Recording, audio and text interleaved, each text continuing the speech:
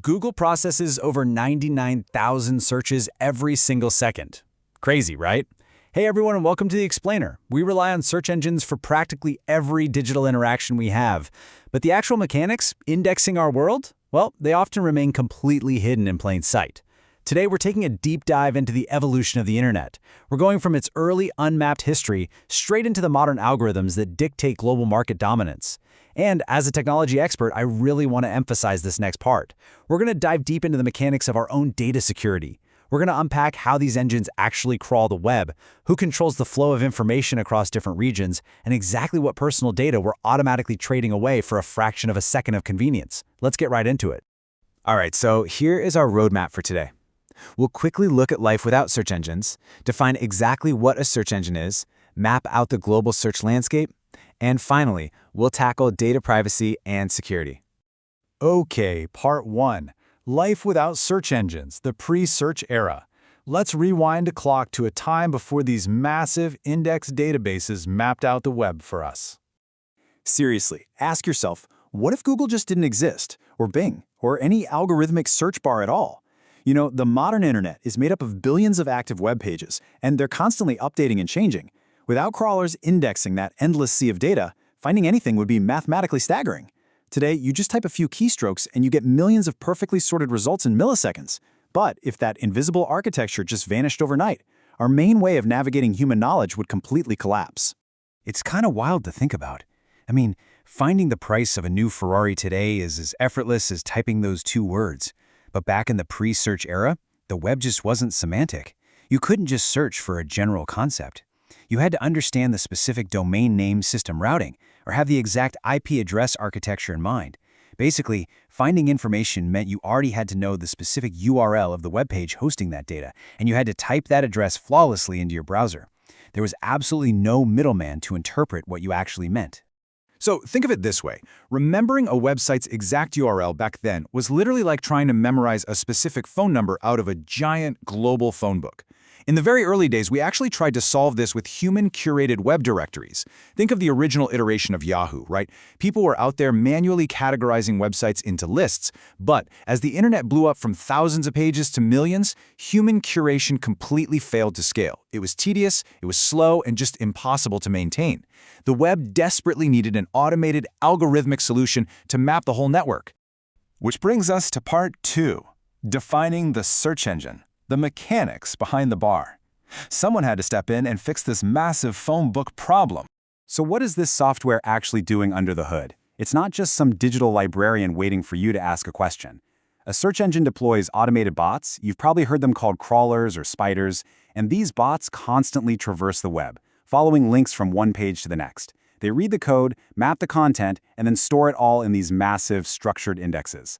Here's the kicker. When you hit enter on a query, you aren't actually searching the live internet. No, you are searching the engine's downloaded index of the internet. Complex algorithms, like Google's famous PageRank, then instantly calculate relevance based on keywords, site authority, and hundreds of other metrics to determine exactly what shows up on your screen in literally a tenth of a second. Moving on to part 3, the global search landscape, beyond the big three. Because it's really time to break the illusion that the entire world relies on just one single algorithmic gatekeeper. Now, in a lot of Western markets, the landscape is heavily dominated by a few massive names, right? Google, Yahoo, and Bing. But their dominance isn't just about having the absolute best algorithms, it's heavily about deep ecosystem integration. Google's massive market share is super tied to its ownership of Android and Chrome, effectively setting itself as the default gateway. Similarly, Bing leverages Microsoft's immense reach by integrating directly into Windows. So distribution is honestly just as vital as the search tech itself. But if you step outside those ecosystems, the map completely changes. Look at China. Google isn't king there. A company named Baidu commands a staggering 85% of the market. And sure, regional regulations play a role, but Baidu's true competitive edge is highly technical. Its natural language processing algorithms were optimized from the ground up for the complex nuances, idioms, and contextual meanings of Mandarin. It simply understood local queries in a way Western engines initially really struggled to match. And we see a very similar linguistic battleground over in Russia, where the market is basically a perfect 50-50 split between Google and a powerhouse engine called Yandex. Why does Yandex compete so well? It comes down to syntax. Yandex was built specifically to handle the complex morphological rules of the Russian alphabet. In Russian, a single word can have dozens of different endings depending on its grammatical role. Yandex's early algorithms were natively designed to parse that exact complexity, allowing it to deliver highly accurate local results and lock down half of an entire nation's search traffic. Pretty cool, right? All right, let's head into our final and frankly most important section, data privacy and security, the cost of convenience. This is where we need to look at the hidden implications of using these massive systems. Because, let's face it, our absolute reliance on these indexers has created a profound data harvesting dilemma. We all love the convenience of personalized results, for sure, but the systems providing that speed, they are constantly compiling our personal data. They aren't just storing a list of what you type into the bar. Through third-party trackers, cross-site cookies, and browser fingerprinting, these platforms build incredibly accurate, granular profiles of your behavioral habits. Every single medical question, every late-night impulse purchase, your exact geographical location, it's all packaged together. This is the entire foundation of behavioral targeting. They are predicting what you will do next in order to serve you highly optimized advertising. And this leads to a really distinct divide in how different software actually approaches your data security. On one side, you have mainstream engines like Google and Bing. They rely heavily on behavioral advertising, meaning they serve ads based on who you are and your historical data profile. But there is an alternative model.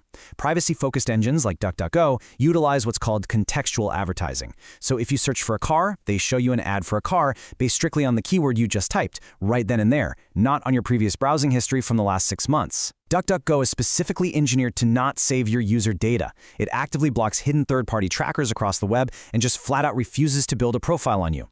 It's living proof that functional, highly accurate search doesn't inherently require mass data collection. So it all boils down to this. Will you trade your digital privacy for a fraction of a second of convenience? Now that you actually understand the mechanics of how crawlers index our world, how regional linguistics shape global monopolies, and the stark technical differences in how your personal data is harvested, the choice of who gets to own your digital footprint is entirely in your hands. Thanks for hanging out with me on this explainer, and remember, never stop questioning the systems that run your digital world. Catch you next time.